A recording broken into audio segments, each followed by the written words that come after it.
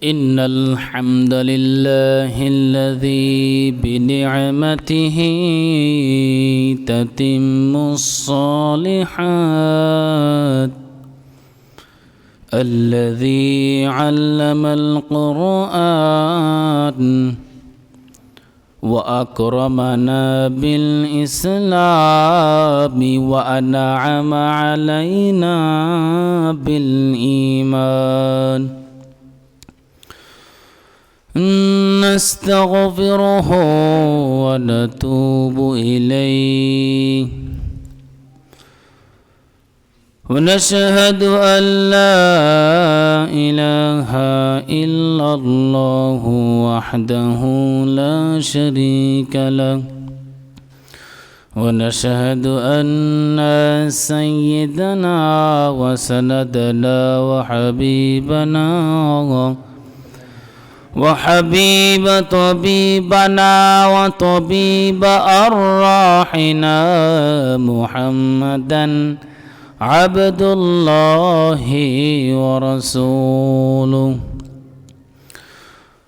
أرسله بالحق بشيرا ونذيرا وداعيا إلى الله وبإذنه وسراجا وقمارا منيرا ونشهد أن لا إله إلا الله وحده لا شريك له ونشهد أن محمدا عبد الله ورسوله فقد قال الله تعالى في كلامه المجيد وفي فرقانه الحميد أعوذ بالله من الشيطان الرجيم بسم الله الرحمن الرحيم مثل الذين ينفقون أموالهم في سبيل الله كمثل حبة أنبتت 7 سنابل في كل سنبلة 100 حبة والله يضاعف لمن يشاء والله واسع عليم صدق الله العظيم وقال النبي صلى الله عليه وسلم ما يخرج رجل بشيء من الصدقة حتى يفق عن لحوه 70 شيطانا أو كما قال عليه الصلاة والسلام وقال رسول الله صلى الله عليه وسلم داود مرضاكم بالصدقة أو كما قال عليه الصلاة والسلام عن علي بن أبي طالب رضي الله تعالى عنه قال قال رسول الله صلى الله عليه وسلم استنزلوا الرزق بالصدقة أو كما قال عليه الصلاة والسلام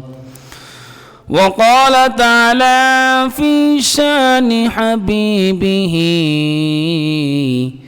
إن الله وملائكته يصلون على النبي يا أيها الذين آمنوا صلوا عليه وسلموا تسليما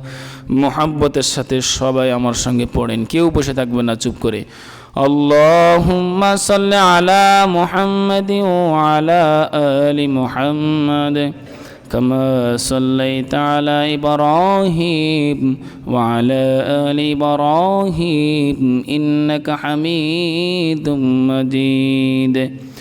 اللهم بارك على محمد وعلى آل محمد كما باركت على إبراهيم وعلى آل إبراهيم إنك حميد مجيد الحمد لله আল্লাহ পাক রব্বুল ইজ্জতের দরবারে অসংখ্য অগণিত শুকর ও সুজুদ জ্ঞাপন করছি যে মহান রব্বে করিম আপনাকে আমাকে দুনিয়ার সমস্ত ঝামেলা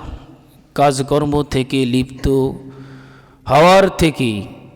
এই ব্যস্ততার শরীরটাকে হেফাজত করে মাহফুজ করে আল্লাহ পাকের মেহেরবানিতে